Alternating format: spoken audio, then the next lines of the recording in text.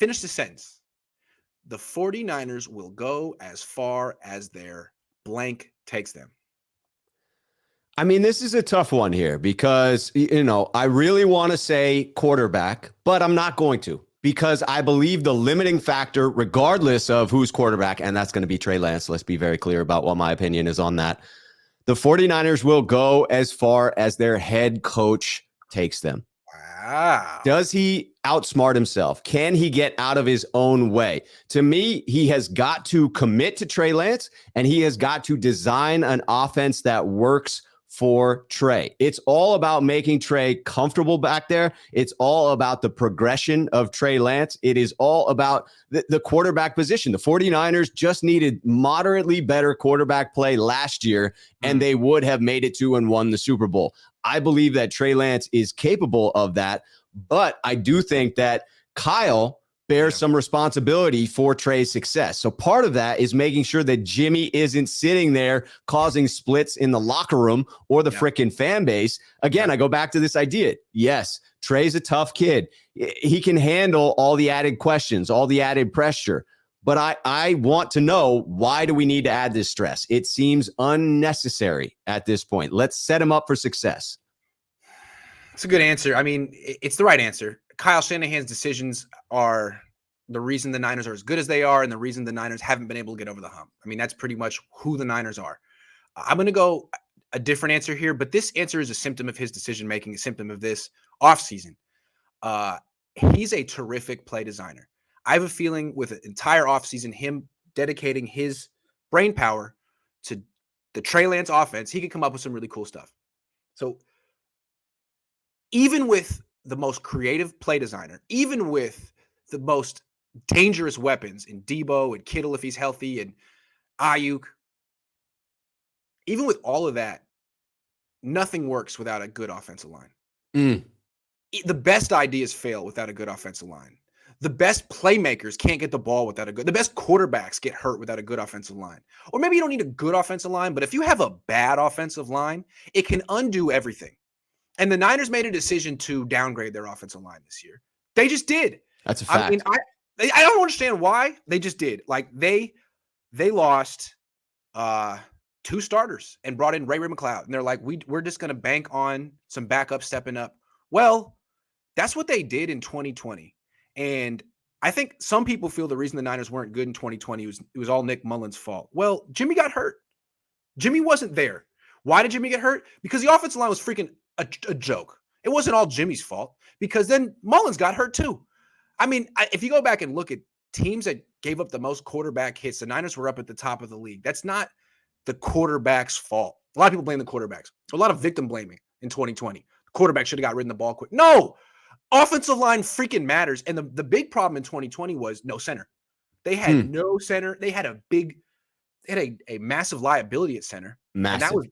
And that had a negative effect on the entire offense. Now they should be solid at center, but what's the situation at left guard? What's the situation at right tackle? If they're solid there, they'll make it to the playoffs. If they have good players at right tackle and left guard, they can make it to the Super Bowl. But my question is, do they have a playoff caliber offensive line right now? I don't think they have a Super Bowl caliber offensive line. Do they even have a playoff caliber offensive line? How many quarterbacks will get hurt behind this year? I hate to be that guy, but that's what happened just 2 years ago with this team. And how confident can they be in what appears to be their assumption that Aaron Banks will be the presumptive starter at left guard? He didn't crack the starting lineup last year with an underperforming Brunskill at right guard. Part of the reason he didn't crack the lineup was around this idea that, well, once he got injured in training camp, he was never going to get enough snaps, enough practice reps to ever really climb in the depth chart. So he sort of got locked in as a backup there. Okay, great. So then where did you have enough film, enough views of practice reps to decide that going into this season, he's our starter? Like, he couldn't crack the lot, but now we're good. Like, yeah, he's magically improved. So I think it is a leap of faith. I feel like the 49ers deserve some patience from the fan base in the fact that they have put together a competitive team, that they have shown they can develop some players. offensive line is not necessarily the room I would point to as a shining example of one where they have developed players, but I give them a little leeway in that decision. But I'm going to be hypercritical of it because they didn't invest much. I just feel like most people are going to say the Niners are going to go as far as their quarterback takes them this year, which is kind of unfair. I mean, maybe it was unfair to Jimmy last year, but you spend your first round pick on a quarterback and put him on the bench. You spend $27 million on a quarterback and put him on a bench. Like, how is that giving either quarterback the best chance to succeed? If Trey Lance misses the playoffs and gets sacked 50 times, I mean, was it his fault that the Niners missed the playoffs, or was it the fact that they just decided to get worse on their offensive line? I still don't understand why they think that the best way to transition from a veteran quarterback to a first-year starter is to make the offensive line worse. Who does that? Everyone makes the offensive line better for a first-year starter. He's going to struggle. He's going to see things he hasn't seen before. He may not get the ball out as quickly. He's going to okay, bring back Laken Tomlinson. What? He never missed a game. I mean, yeah, I thought he was kind of overrated, and maybe you'd like to upgrade, but not downgrade. Right. So that's the thing that's the key. I do wonder in preaching patience, in saying that I have faith in the 49ers and their ability to make some intelligent decisions along with some boneheaded ones along the way. I do wonder if they will have not a slew, but a fair number of free agents that they sign after the compensatory draft pick formula plays out, right? I believe that cutoff this year is May 10th. There'll be a bunch of veterans still sitting out there in free agency on, May 10th when that deadline hits. It'll be interesting to see. What's that? Why are you so right about this? Damn. I don't know. But I could see them bringing in somebody because they are winning the compensatory draft pick formula right now. I mean, they got like a 4th, 5th, 6th, 2 7ths. It's pretty good. So let me amend my answer from earlier. The number one goal from this offseason is to maintain their compensatory draft pick advantage over the rest of the league. It's paramount. Charles says, Jed, call Eddie D. Oh, man. I don't think they talk as much as they would want you to think that they do. Those are some egos right there. Michael says Verone McKinley would be the more ball hawk style safety, but Jimmy would need to play more in the box, and I'd rather him not because he can get hurt.